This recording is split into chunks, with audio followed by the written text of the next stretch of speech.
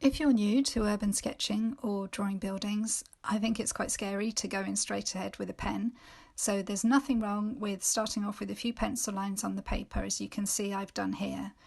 And really I just put down the basic shapes of the building, started off with the verticals and then put in the perspective lines so I knew where the buildings were going to sit on the page and I'd got those angles right. And then I switched to working with a fine liner pen. So this is a permanent pen which won't bleed out when I put some watercolour on it later. And I've just started to ink in, again, the basic shapes. And I tend to use a slightly broken line. So I haven't run a line that goes all the way down the side of one building. I'll do it in sections. And then that allows you to put in the diagonals or the horizontals without cutting across an overly defined line.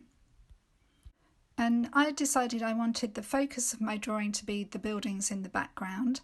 So I was going to put in more detail and mark making there.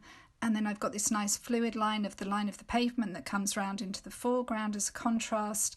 And I was kind of opening out the drawing as it comes towards the viewer. And then I used a very, very loose watercolour wash. And this way of working with paint looks terrific with this kind of drawing, because if your lines are looking a little bit tight and it's looking a bit flat, suddenly you can bring the whole thing to life and it looks very spontaneous. You can flick the paint around a bit, it looks like changing weather conditions, the colours bleed into each other slightly. It all adds to that feeling of city life. And after I'd left the drawing to dry completely, I then went back in and used a slightly thinner pen and added in a little bit more definition to my drawing. So particularly on the building in the foreground, I just wanted to go down the edge of that, make it really come out in the drawing.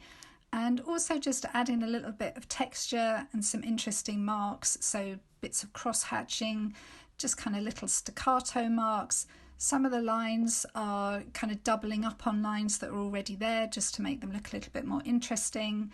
Some of them are describing things which are in the pictures, some of them are just kind of expressive drawing lines.